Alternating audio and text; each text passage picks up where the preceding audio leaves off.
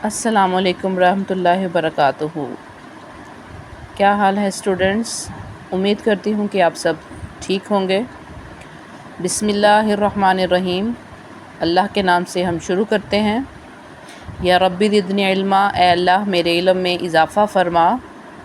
तो स्टूडेंट्स, सूरत हाल कुछ यूँ है कि आप लोगों की आसानी के लिए और अपने इल्म को बरोए कार लाते हुए मैंने ये सोचा कि मैं क्यों ना अपने प्यारे प्यारे स्टूडेंट्स के लिए कुछ कर सकूं, कुछ करूं। तो इसके लिए मैंने कोशिश की कि अपने इल्म को आप लोगों तक पहुंचाऊं, आपके लिए आसानियां पैदा करूं। तो उस सिलसिले में सबसे पहले मैंने जमात हश्तुम के जो सिलेबस में से मैथ की बुक, क्योंकि सब्जेक्ट मेरा मैथ है, तो फिर मैथ को मैंने आगे लेकर चली हूँ और मैंने सोचा कि क्यों ना बच्चों के लिए आसानी पैदा की जाए, उनको क्वेश्चंस जो है सॉल्व करके दिए जाएं, ताकि वो जब भी उन्होंने तैयारी करनी हो तो आसानी से उन क्वेश्चंस को देखें, आसान तरीक़ाकार को देखें, मेथड को देखें और क्वेश्चन हल कर सकें। डियर स्टूडेंट्स, एक्सरसाइज 5.1 स्टार्ट करने से पहले उसका इंट्रोडक्शन बहुत ज़्यादा ज़रूरी है। और जब तक आप लोगों को बेसिक मालूमात नहीं होंगी, जब तक आप लोगों को बेसिक कंसेप्ट क्लियर नहीं होंगे, तब तक आप ना सिर्फ उस एक्सरसाइज को समझने में आपको मुश्किल पेश आएगी, बल्कि आपके जो नॉलेज में भी इतना कोई इजाफा नहीं होगा। ठीक है, तो उसके लिए बहुत ज़रूरी है कि आप इस इंट्रोडक्शन को देखें। इस इंट्रोडक्शन को देखने की वजह से ना सिर्फ आपके कंसेप्ट क्लियर होंगे इस एक्सरसाइज के मद में, इस चैप्टर के मद में, बल्कि आपकी हायर क्लासेस में भी 9th 10th first year second year और भी जिस तरह आपका ज़िंदगी में कहीं भी अगर आपको कहीं पढ़ाना पड़े या कहीं भी कोई भी मसला हो, तो आपको जो है इससे रिलेटेड जहाँ भी कोई क्वेश्चन आएगा, तो जब तक आपके कंसेप्ट क्लियर होंगे तो ये आपको फ़ायदा देगी। तो नाज़रीन, शुरू करते हैं स्टूडेंट्स, शुरू करते हैं चैप्टर नंबर 5 से। चैप्टर नंबर 5 है जी आपके पास इंफॉर्मेशन हैंडलिंग। बेसिकली ये स्टैटिस्टिक का चैप्टर है। हमारा चैप्टर जो है वो यही है, बेसिकली स्टैटिस्टिक एंड प्रोबेबिलिटी, जिसमें टॉपिक हमारा सबसे पहले जो है हम जिसको डिस्कस करेंगे वो क्या है जी, इंफॉर्मेशन हैंडलिंग। अब सबसे पहले जी आ जाता है हमारे पास व्हाट इज़ इंफॉर्मेशन हैंडलिंग, कि इंफॉर्मेशन हैंडलिंग आखिर है क्या, क्या वजह है कि हम इंफॉर्मेशन कलेक्ट करते हैं, या कितने मतलब इसके अंदर हमारे पास पार्ट्स होंगे, या कितने हमारे पास इसके जूज़ होंगे, कौन कौन से जिन पर हम अमल पैरा होकर अपने हैंडलिंग इंफॉर्मेशन को प्रोसेस कर सकेंगे। अच्छा जी, सबसे पहले है जी आपके पास कलेक्शन, मतलब इंफॉर्मेशन हैंडलिंग में सबसे पहला क्या आपके पास आ गया है जी, कलेक्शन। अब कलेक्शन होती क्या है? हमें पता है कि हम चीज़ों को कलेक्ट करते हैं, चीज़ों को इकट्ठा करते हैं। अब यहाँ पे मिसाल के तौर पे आपके सामने एक मिसाल दी हुई है कि 25 तालिब इल्म हैं जो कि एक सर्वे में शामिल हैं। सर्वे में तालिब इल्मों से पूछा जाता है कि अपना पसंदीदा रंग बताएं। अब पसंदीदा रंग के ऑप्शन आपके पास 3 हैं, ब्लू, ग्रीन और रेड। अब कुछ तालिब इल्म जो है, कुछ स्टूडेंट्स जो है ब्लू कलर चूज़ करते हैं, कुछ स्टूडेंट जो है वो ग्रीन कलर चूज़ करते हैं, और कुछ स्टूडेंट जो है वो रेड कलर चूज़ करते हैं। मतलब हर बच्चा या हर तालिब इल्म अपनी पसंद चूज़ करता है। टोटल तालिब इल्म कितने हैं? 25। ठीक है, तो ये थी हमारे पास कलेक्शन, मतलब 25 तालिब इल्मों की कलेक्शन है जो कि 3 रंगों को, अपनी पसंदीदा रंगों को चूज़ करते हैं।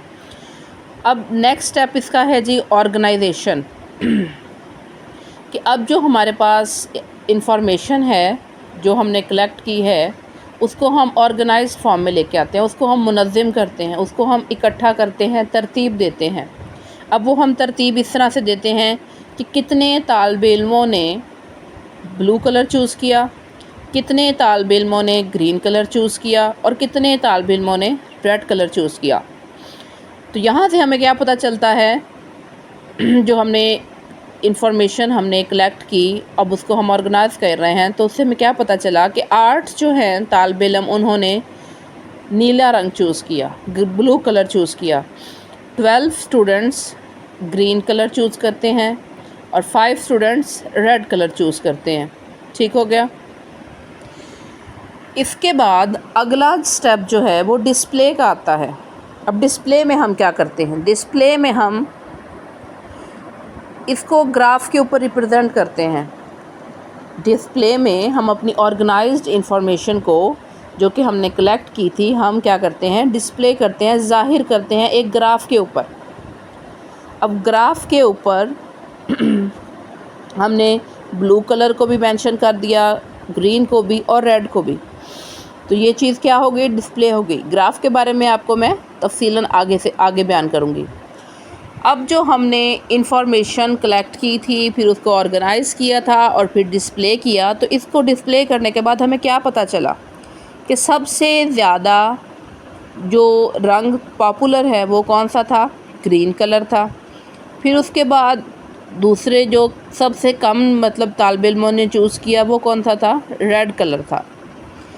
तो ये थी इंफॉर्मेशन हैंडलिंग कि हमारे पास जो इंफॉर्मेशन है दी गई है तो उसको हमने किस तरह से हैंडल किया। अब जी हमारे पास इस सिलसिले में सबसे पहले आ जाता है डेटा। तो हमारे सवाल जहन में आता है कि डेटा है क्या चीज़। The collection of information in the form of facts and figure is called data.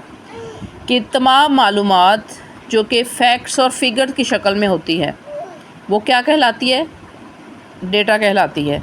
जैसे मिसाल के तौर पर एक क्लास के 20 स्टूडेंट्स हैं, उनकी हाइट और उनके जो मार्क्स हैं क्लास में उन्होंने किसी भी सब्जेक्ट में हासिल किए या फिर किसी भी एग्ज़ाम में हासिल किए, वो क्या हैं जी, आपके पास डेटा हैं वो।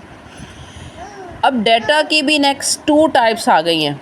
कितनी टाइप्स आ गई हैं जी, 2 टाइप्स आ गई हैं। एक है जी डिस्क्रीट डेटा और दूसरा आपके पास है कंटिन्यूस डेटा। अब डिस्क्रीट डेटा के बारे में हम बात करते हैं कि डिस्क्रीट डेटा होता क्या है। It can take only some specific values, कि इसमें मतलब डिस्क्रीट डेटा में हम कुछ ख़ास वैल्यूज़ लेते हैं। Whole number are use to write the discrete data. के होल नंबर वो नंबर जो 0 से स्टार्ट होते हैं, 0 plus minus 1 2 up to 100 on, वो वाले नंबर क्या होते हैं जी, होल नंबर होते हैं। और डिस्क्रीट नंबर में हम होल नंबर यूज़ करते हैं। कंप्लीट नंबर होगा, ठीक है। 5 फ्लावर्स, 20 स्टूडेंट, 30 कैप्स, ये क्या है जी, एक डिस्क्रीट डेटा आ गया। इसी तरह continuous data, it can take every possible value in a given interval. Decimal number are used to write the continuous data. अब डिस्क्रीट में हमने कंप्लीट नंबर लेना है, होल नंबर लेना है, जबकि कंटिन्यूस में हम क्या कर रहे हैं जी, हर मुमकिना नंबर ले रहे हैं जिसके अंदर हमारे पास पॉइंट्स भी आ रहे हैं, डेसिमल नंबर भी इस्तेमाल हो रहे हैं। जैसे 5.5 kg, 15.5 लीटर और 7.5 सेंटीमीटर। अब इसी तरह से डिस्क्रीट डेटा और कंटिन्यूस डेटा की नेक्स्ट 2 टाइप्स हैं। Discrete data is further classified into 2 groups, कि इसको 2 ग्रुप्स में हमने डिवाइड कर दिया है, मज़ीद 2 ग्रुप में हमने इसको तकसीम कर दिया है। एक आ जाता है जी ग्रुप्ड डेटा और दूसरा आ जाता है जी ungrouped data.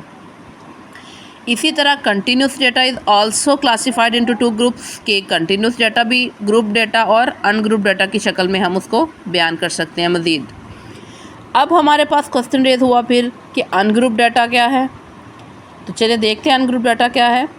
Data which is not arranged in any systematic order, that is like groups और classes, is called ungroup data.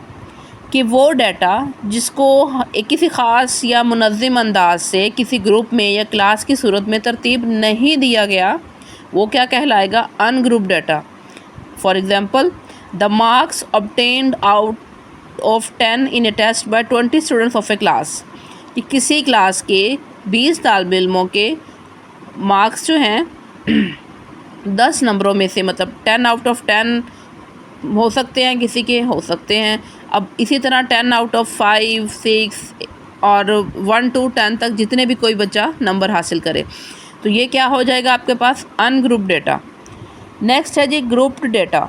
Data which is arranged in systematic order. के डाटा को जब किसी ख़ास तरतीब से एक असूल के तहत हम अरेंज किया हुआ होगा डाटा, तो वो क्या होगा, ग्रुप्ड डाटा। जैसे उसमें ग्रुप्स और क्लासेस बनी हुई होंगी। एक हमारे पास वैसे डाटा होगा जिसमें रैंडम हमारे पास नंबर होंगे, ठीक है, और एक होगा जिसमें आपके पास बाकायदा से ग्रुप और क्लासेस बनी हुई होंगी, ठीक है। अब इसकी मिसाल देखें कि 30 स्टूडेंट्स हैं जिन्होंने ग्रेड 8 का एग्ज़ाम दिया है, और दिस डाटा में be divided into 5 section according to their scores. The data is given below कि 50 to 60 जो हैं, मतलब 50 से 60 के दरमियान कितने बच्चों के नंबर हैं, वो है 5, 60 से 70 के दरमियान 7, 70 से 80 के दरमियान 12, 80 से 90 के दरमियान 2 और 90 से 100 के दरमियान 4। ठीक हो गया। तो यहाँ से आपको क्या पता चला कि सबसे पहले आपने डाटा पढ़ा कि इंफॉर्मेशन, वो इंफॉर्मेशन जो हमने किस फॉर्म में हासिल की, फैक्ट्स और फिगर की फॉर्म में हासिल की। ठीक हो गया। फिर डाटा के आगे 2 टाइप्स आ गए, डिस्क्रीट और कंटिन्यूस। यहाँ पे थोड़ा सा जी, ये देखिए, अच्छा जी, ये डिस्क्रीट और कंटिन्यूस।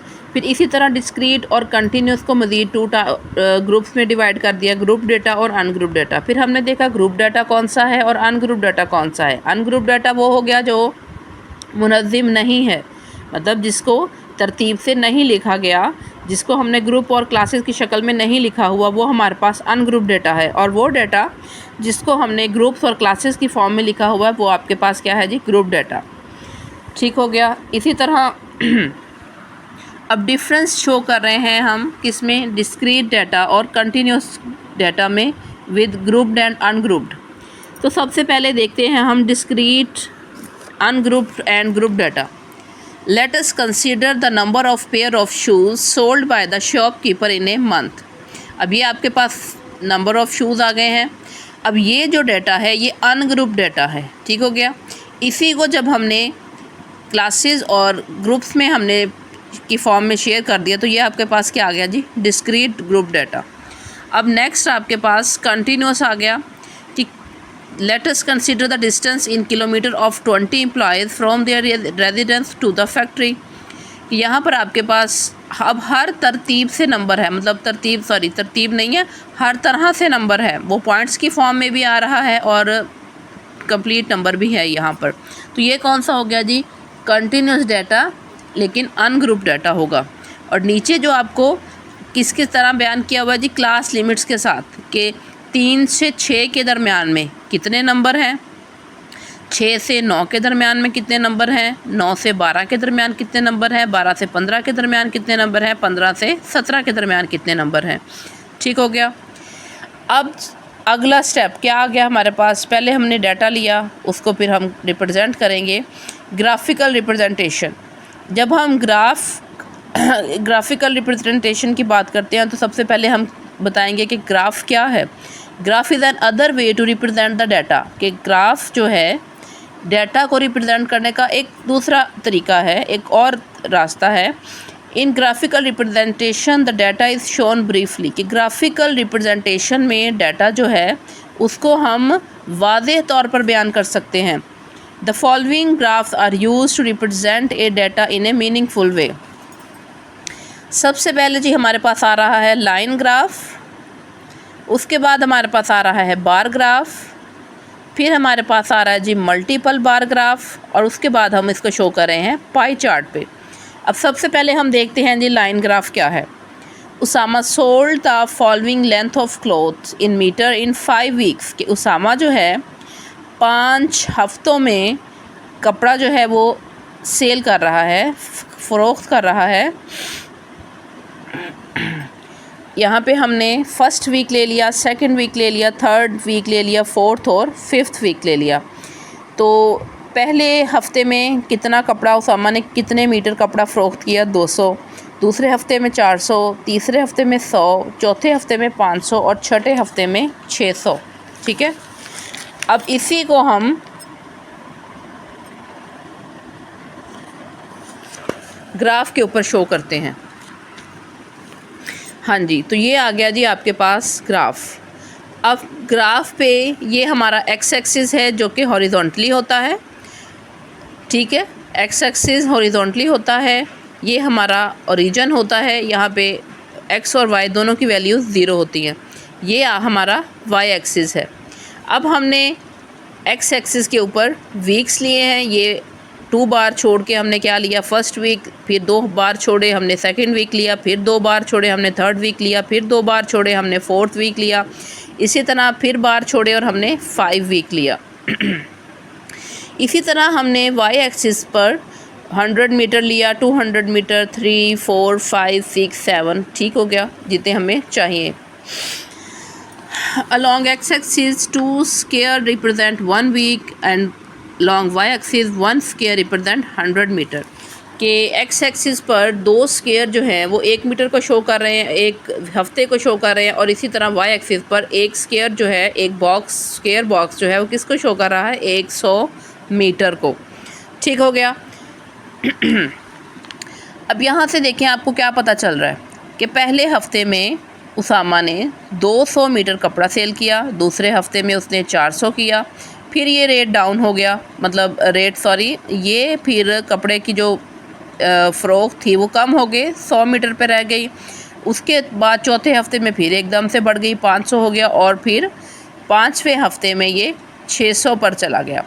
तो उसामा ने किस हफ्ते में सबसे ज़्यादा कपड़ा फ़रोख्त किया, 5वें हफ्ते में, और किस हफ्ते में उसका कपड़ा जो सबसे कम फ़रोख्त हुआ, 3रे हफ्ते में। तो ठीक है, इस तरह की रिप्रेजेंटेशन को ग्राफ की लाइन ग्राफ कहते हैं। ठीक हो गया, लाइन ग्राफ। इसके बाद जी दूसरे नंबर पर आ जाता है बार ग्राफ।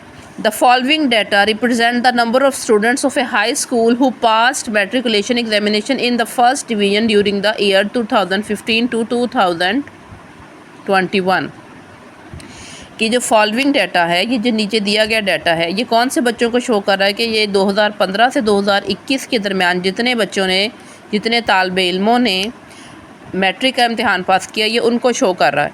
अब 2015 में कितने थे, 100 स्टूडेंट, 2016 में 150, फिर 130, फिर 2018 में 120, 19 में 145, 20 में 160 और 21 में 110। अब हमने नीचे क्या बनाया है जी, बार ग्राफ बनाया है। Graph showing number of student who passed examination in the first division during the year 2015 to 2021।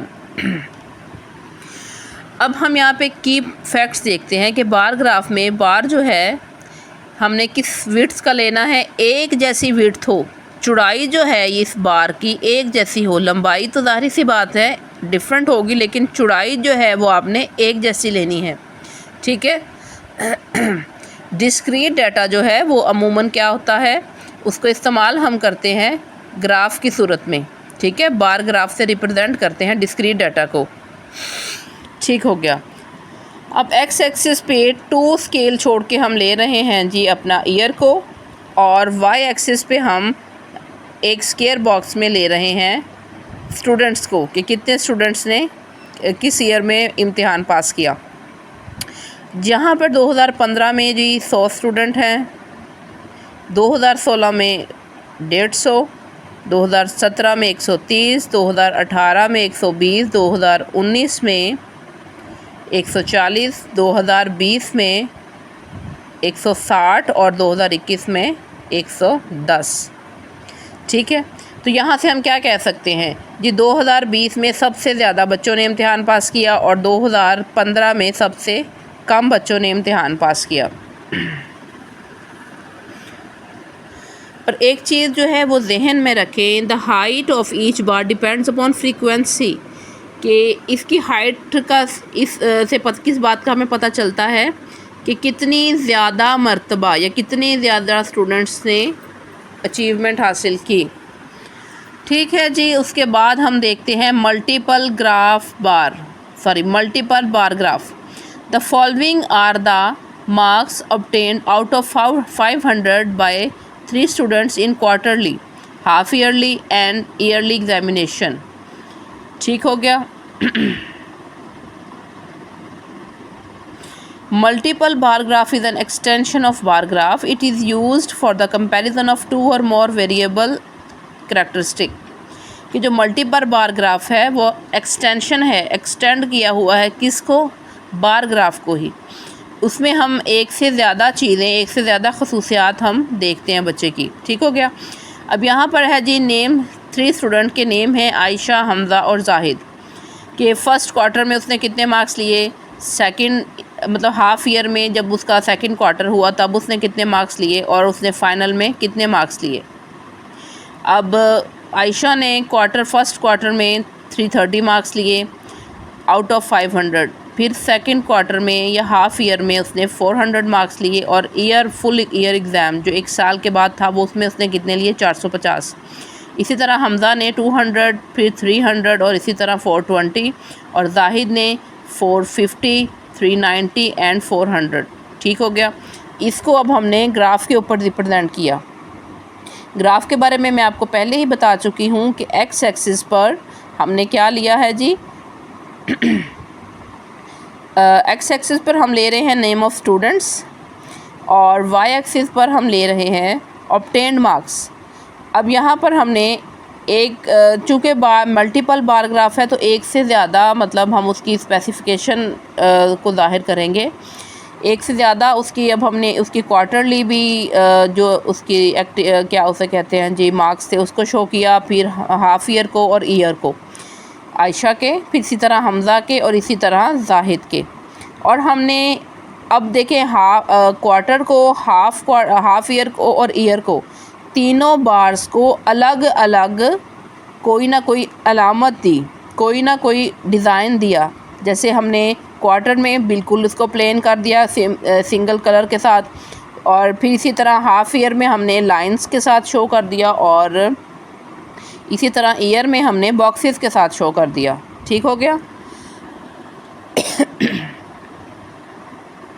The given graph is called vertical multiple bar graph. कि इस तरह का जो ग्राफ है वो क्या कहलाता है, मल्टीपल बार ग्राफ। अब स्केल की वही कि 4 स्क्वायर रिप्रेजेंट 1 स्टूडेंट, 4 स्क्वायर पहले हमने क्या क्या लेते रहे हैं जी अकॉर्डिंग टू सिचुएशन, 2 स्क्वायर लेते रहे हैं एक्स एक्सिस पे। अब हम 4 स्क्वायर्स ले रहे हैं। ठीक है, 4 स्क्वायर बॉक्सेस। इसी तरह इस साइड पे हम वाई एक्सिस पे 2 बॉक्सेस ले रहे हैं, 2 स्क्वायर्स ले रहे हैं। नेक्स्ट आपके पास जी है पाई ग्राफ। कि अब जो हम टेबल शो करेंगे वो ग्रेड 6 के स्टूडेंट्स के टोटल नंबर हैं। मतलब the table given below shows the total number of student in 6 grades of A high school. कि हाई स्कूल में 6ठी क्लास के जितने तालिब इल्म हैं ये उसको शो कर रहा है। Pie chart is used for the comparison of values of different item by making the sector of a circle. Angles are used to represent the sector. कि पाई ग्राफ जो है वो कंपैरिजन करते हैं हम जो वैल्यूज़ होती हैं डिफरेंट आइटम्स की सर्कल के सेक्टर में। सेक्टर बनाते हैं सर्कल का, और फिर हम उसको बताते हैं जी इसमें इतनी वैल्यू है, इन दोनों का आपस में कंपैरिजन करते हैं। और एंगल जो है इस्तेमाल होते हैं सेक्टर बनाने के लिए। ठीक हो गया। तो देखें जी अब हमने ले रहे हैं जी 6ठी क्लास के तालिबे इल्म। नंबर ऑफ़ स्टूडेंट्स 5 क्लास के हो गए हैं जी 300, 6 के हैं जी 210, 7 क्लास के हैं 162, 8 के हैं 95, 9 के हैं 60 एंड 10 क्लास के हैं 23। अब पाई चार्ट बनाते हुए हम इसको सॉल्व करेंगे। अब पाई चार्ट कैसे बनाते हैं नंबर ऑफ़ स्टूडेंट्स ही हैं आपके पास 300, तो इन सब का सम करेंगे। ऊपर जितने भी हमारे पास स्टूडेंट्स हैं इन सब का हमने सम किया तो कितना बना 850। ठीक हो गया। अब 300 को हमने डिवाइड करना है 850 के साथ और मल्टीप्लाई करेंगे 360 के साथ। एक जो आपके पास सर्कल होता है, एक सर्कल के अंदर कितने एंगल होते हैं टोटल, 360 एंगल होते हैं। ठीक हो गया। अब 300 को 850 पे डिवाइड करेंगे और 360 से मल्टीप्लाई करेंगे तो एंगल आपके पास कौन सा आ रहा है जी 127। तो अब इस एंगल को हमने पाई ग्राफ के ऊपर शो करना है डी की मदद से। डी रख के हम इसको पाई ग्राफ के ऊपर शो करते हैं। इसी तरह 210 स्टूडेंट हैं 6 क्लास के तो इसमें हमने 210 डिवाइडेड बाई 850 मल्टीप्लाई बाय 360। इसको हमने मल्टीप्लाई करके डिवाइड करके सॉल्व किया तो हमारे पास 89 आंसर आया। तो यहाँ पर हमने पाई ग्राफ पे 89 से शो कर दिया। इसी तरह बाकी सारे हमने शो कर दिए। तो ये था जी हमारा आज का लेसन। सबसे पहले इंट्रोडक्शन थी जो इस मतलब हमने यहाँ इस चैप्टर में या इस एक्सरसाइज में हमने यूज़ करनी है। उम्मीद करती हूँ कि आप लोगों को पसंद आई होगी। पसंद आए तो वीडियो को लाइक करें, शेयर करें और सब्सक्राइब करें। Thank you very much.